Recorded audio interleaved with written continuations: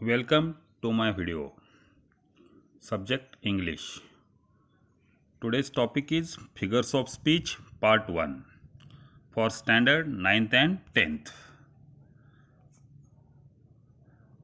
Figures of Speech. In Marathi, अलंकार, भाषेचे अलंकार. The first figures of speech is alliteration. Anupras alankar. In Marathi, we called it Anupras alankar. When in a sentence there is a repetition of the beginning sound of neighboring words, it is the use of alliteration. In Marathi, एखाद्या वाक्यात वेगवेगळ्या शब्दांच्या सुरुवातीला समान ध्वनी पुन्हा पुन्हा आलेले असतील तर तेथे अलिटरेशन हे अलंकार असते. For example, Raju brings himself to the bank of a bay. In this sentence, brings, bank and bay. In the words, the b sound is repeated. The b sound is repeated. In the second sentence, he holds his head high. In this sentence, sound h or the letter h and the sound h is repeated again and again. So, it is the alliteration. In Marathi, the well-known example, काकूने काकांचे कोर्टाच्या काळ्या कोटातील कामाचे कागद कात्रीने करकर कापून काढले. This is an alliteration. The second is repetition. In Marathi, we called it पुनरावृत्ती अलंकार. When in a sentence same words are repeated, it is the use of repetition. Here the same words are important. In alliteration, the same sound is repeated, but here in repetition the same words are repeated. It is the use of repetition. एखाद्या वाक्यात जर एखादा शब्द पुन्हा पुन्हा आलेला असेल तर तेथे रिपिटिशन असते. अलिटरेशनमध्ये काय असतं तर साऊंड रिपीट झालेला असतो, तर पुनरावृत्ती अलंकारामध्ये वर्ड रिपीट झालेले असतात, शब्द तेच पुन्हा पुन्हा आलेले असतात. For example, rain rain go away और अलोन अलोन ऑल अलोन. या वाक्यांच्यामध्ये रेन रेन हा शब्द रिपीट झालेला आहे, तर दुसऱ्या वाक्यामध्ये अलोन अलोन ऑल अलोन हा शब्द रिपीट झालेला आहे. इन मराठी, देवा हो देवा गणपती देवा. इन दिस सेंटेन्सेस देवा हा शब्द रिपीट झालेला आहे, म्हणून या ठिकाणी आपल्याला पुनरावृत्ती अलंकार पाहायला मिळतो. Next is personification. In Marathi, चेतना गुणोक्ती अलंकार. When in a sentence, non-living or inanimate things, animals, birds, plants, flowers, ideas, etc.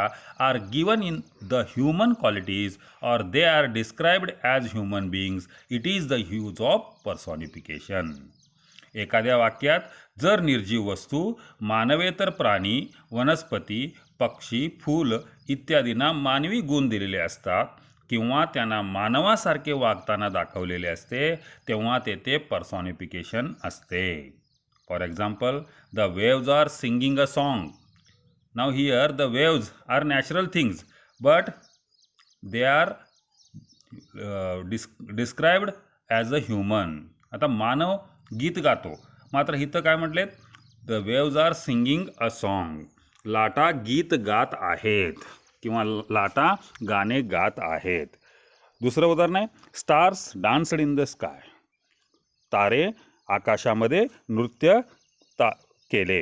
आता या उदाहरणामध्ये सुद्धा ताऱ्यांना मानवाचं गुण दिलेलं आहे किंवा मानवी गुण ताऱ्यांच्यामध्ये आहेत हे दाखवलेलं आहे, म्हणून या ठिकाणी चेतना गुणोक्ती अलंकार असे म्हणतात. Next is simile. Simile means उपमा अलंकार. When in a sentence a direct comparison is made between two objects of different kinds which have at least one point in common shown using like or as, it is the use of simile. एखाद्या वाक्यात जर दोन वस्तू, व्यक्ती, प्राणी, गुणवैशिष्ट्ये, किंमत, महत्त्व इत्यादींची प्रत्यक्षरित्या तुलना केलेली असेल आणि त्यामधील एकमेव साम्य दाखवण्यासाठी लाईक किंवा ॲज यांचा उपयोग केलेला असतो तेव्हा तेथे सिमिली असते. For example, Kashmir is like a heaven of India. The road lies like the swept carpet. In these sentences, the word like is used for comparison between the two things.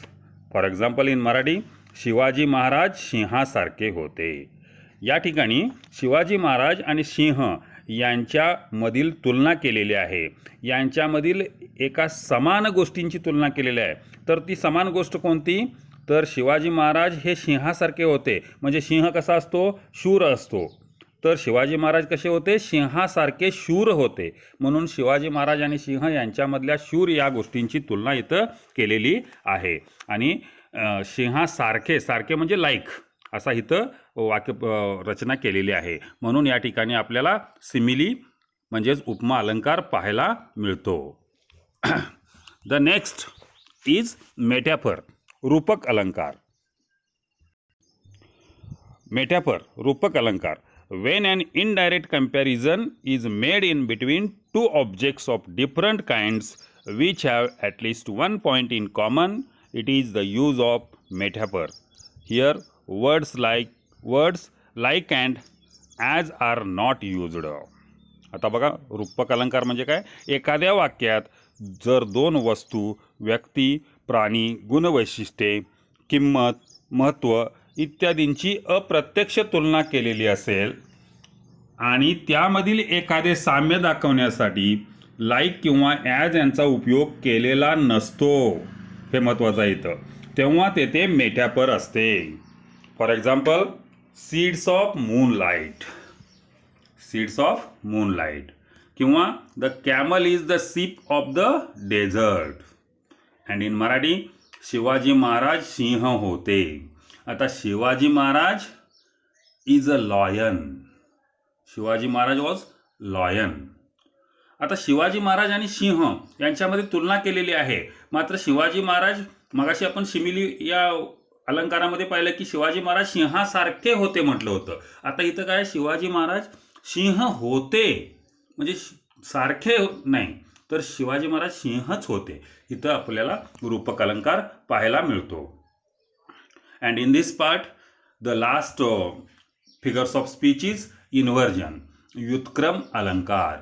Wien in a sentence words are not in a correct prose order, means S plus V plus O, subject plus verb plus O, it is the use of inversion.